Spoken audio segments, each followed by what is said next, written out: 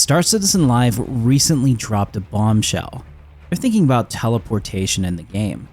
That sentence either excites you or absolutely horrifies you, and I believe that divide is the fight for the soul of the game.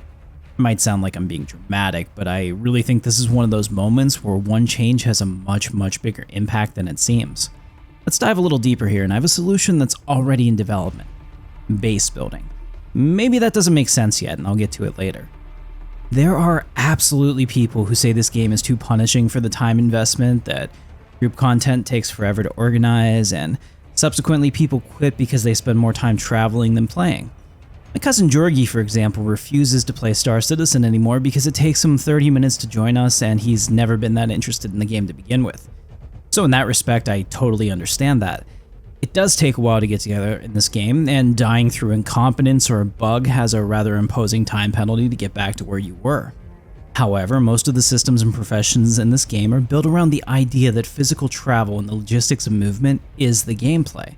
The verse is supposed to be a place where distance matters, which gives further weight to your choices. We physically haul freight from place to place, and every location in the verse is a real physicalized location that you can reach via normal travel and gameplay. At the very least, teleportation breaks every profession that depends on moving things around. If teleportation gets approved, even just for groups, what's the principle that stops the next ask in terms of quality of life? Why can't I teleport to my hangar to grab a different ship? Why can't my cargo teleport to my buyer? Every one of those is going to start to sound reasonable to somebody. Every one of those is going to have players pushing for it, and once CIG approves the first one, they have to explain why the others are different. That gets harder, especially when you've started to embrace the everything all at once crowd. In essence, the game's Overton window shifts towards convenience above all, and you can never go back. That's the soul of the game question. Star Citizen pledged itself as a harder, more committed version of this kind of MMO where stakes and consequences matter. Teleportation is the first big test of whether they actually mean it. I think it's important to discuss the context of what was said, though. On Star Citizen Live, they brought up teleportation as something they're looking at for helping groups do content together. The framing was quality of life. They stressed it's not final and it may not get sign-off, so this isn't a feature that they're committed to just yet. But even talking about it publicly is a huge departure from what we've expected from this game. That's why it's such big news. Now, given that it was a live show, unlike Inside Star Citizen where they can exercise editorial control over what's released, it's entirely possible the developer who said this might not have been cleared to speak about it. You know, one of those off-the-cuff moments that has more impact than intended? Well, it's happened before. Ask a veteran backer what they think of a golf swing mechanic for scanning, and you'll get an earful. I just don't know how serious they're thinking about it since they've yet to walk anything back in that regard. It's been full speed ahead into 4.8 for CIG ever since. It's also possible it's a calculated move to gauge the community's reaction to it. Maybe you think I'm giving them too much credit, and to that I say there are smart people in that building and your cynicism looks foolish. They've already proved they're master marketers and they can sell the dream of a product enough people love to fund them this far. Pretending total incompetence is immature, and I see it in the comments all the time. Sarcasm masquerading as wit. It makes me roll my eyes. Perhaps the fact they're talking about it openly says a lot about how Star Citizen is going to be developed going forward. And that scares me a little. But am I overreacting? Let's walk through what teleportation would break in the game we're supposed to be getting. Tactical strike groups is far from the only content this would benefit. I have no doubt that if a teleportation system exists for grouping, it's going to be abused to get people wherever they want to be by joining groups at that location then disbanding after. Life finds a way, and so do the players. We've already seen it with duping and every other form of exploiting that people have no problem justifying to themselves in an alpha game. Do you really think they're not going to stop that behavior just because there's a 1.0 label on the experience? Of course not. If a system can be abused, it absolutely will be. That's human nature. I'll start with the obvious, cargo running. All the hauling ships exist because logistics of moving stuff across the system is supposed to be gameplay. They literally just completed one of the largest cargo ships currently flyable in the game, the Ironclad.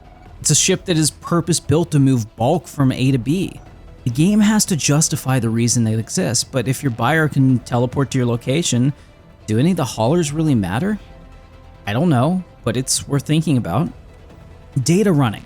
The entire premise is that sensitive information has to physically travel because comms aren't secure. I see the contradiction here immediately. I don't think I need to expand upon that. I just made a whole video about how localized trading saves the Banu merchantman from being a ship without a role. Teleportation gets in, the trader who shows up somewhere with a curated selection of goods doesn't matter because buyers can just teleport to wherever the best price is. Every single one of these professions depends on the same assumption. Distance matters, travel time matters. If you remove that, you're making the game easier by making half the gameplay irrelevant. Teleporters were used in Star Trek for budgetary reasons. It was way too expensive to use shuttlecraft scenes for every episode, so a quick way to move from characters from one ship to another location was needed, and it worked. Teleportation is awesome in Star Trek, but it's also limited. It's a plot device that's so powerful if abused it breaks the show. In the TV series, the transporters had a very limited range which kept ships relevant. But the Star Trek movie from 2009 broke all of that and decided to beam a person halfway across the universe and hit a moving target. It just doesn't work as a plot device without invalidating the world and showing the limitations of those writers. And look, CIG absolutely should explore anything that can make this game better. Have those internal conversations, I completely encourage that. Maybe somewhere in their internal conversations the thought is that quality of life for group content beats gameplay depth for individual professions. If that's the case, I don't expect it to stop there. I have a video coming out about Death of a Spaceman and where I talk about how this is a commercial product after all, and everything they do to move towards 1.0 and a post-launch experience will also have to include maximizing player counts and revenue. We know there's a diehard group of players that love the game in its current state, but Star Citizen still has to appeal to a much larger audience to have the kind of lasting success of the biggest MMOs. CIG is going to feel pressure to keep those casual players engaged. That pressure points towards convenience. The original vision points towards depth. We're watching CIG start to make decisions that tell us which way they're leaning. I don't think you can have both.